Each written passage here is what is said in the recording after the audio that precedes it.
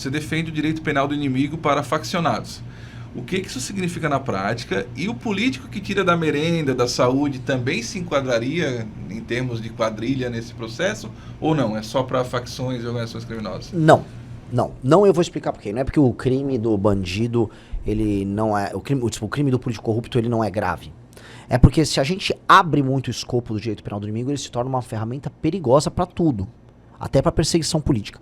O direito penal do inimigo, para quem está nos ouvindo aqui, tem que entender, é uma teoria criada por um jurista alemão que já foi aplicada em alguns outros países.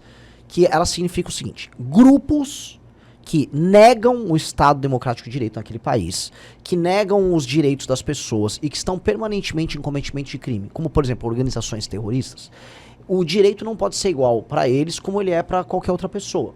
Por quê? Eu vou dar um exemplo. Um cara que pertence a uma organização terrorista islâmica, ele tá respeitando os direitos das pessoas? Não. O que ele faz quando ele tem poder? Ele mata, ele tortura, ele trafica, ele tem um grupo que basicamente está permanentemente negando a existência daquele Estado. E em geral ele faz por objetivos políticos. Uma organização terrorista sempre tem um objetivo político, objetivos religiosos, objetivos de poder puro e simples que envolve poder econômico.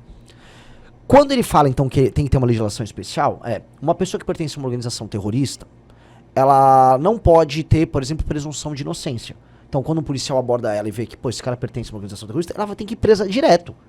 Ela não vai passar por um juiz de garantia, ela não vai poder ter uma progressão de pena quando presa, quando condenada, ela não vai poder ter um habeas corpus. Não, se ela pertence a uma facção, aquela pessoa está em cometimento de crime.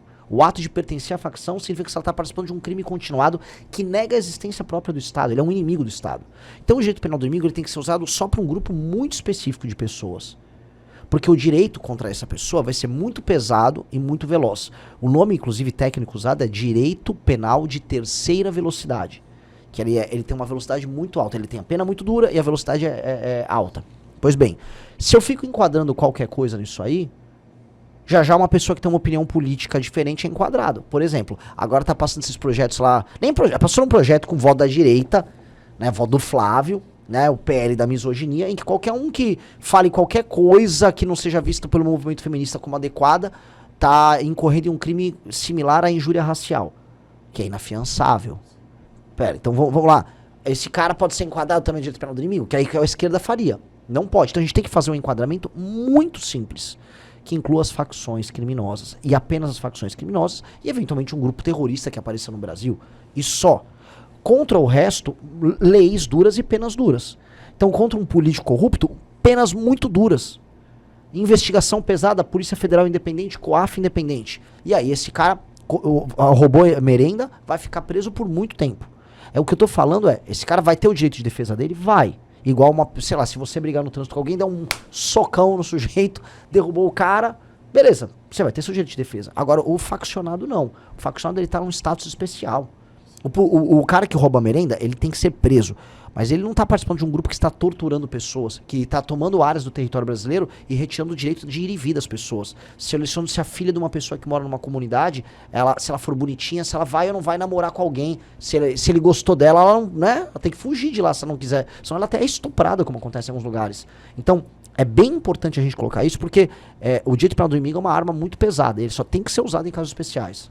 E o principal combate às facções criminosas, PCC, Comando Vermelho e outras que estão entranhadas no Brasil? Sim. Se você não criar essa excepcionalidade, você não vai conseguir derrotar eles. Porque, veja, se a gente muda as leis penais, as leis de processo penal, o que nós vamos fazer, ou seja, a gente aumenta as penas e acaba com aquelas mamatas de tipo progressão de pena, saidinha, você consegue diminuir o crime. Acho que o crime vai começar a cair.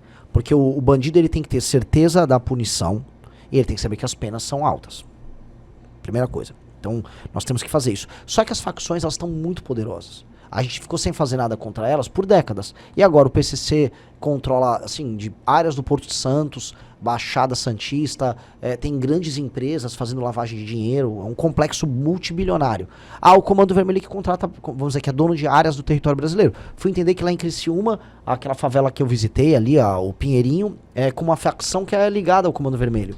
Que é tipo uma franquia do Comando Vermelho. Gente, isso tem que ser destruído. E hoje, para destruir isso, tem que ter um status especial, porque só o que nós temos como lei não basta. Se bastasse, o BOP tinha resolvido isso no Rio. E eles falam, não dá. Eu preciso que vocês mudem as leis pra gente conseguir resolver. Se você curtiu esse corte, dá um like aí, se inscreve nesse canal e mostra para algum amigo aí que acompanha o movimento ou para alguém que não conhece.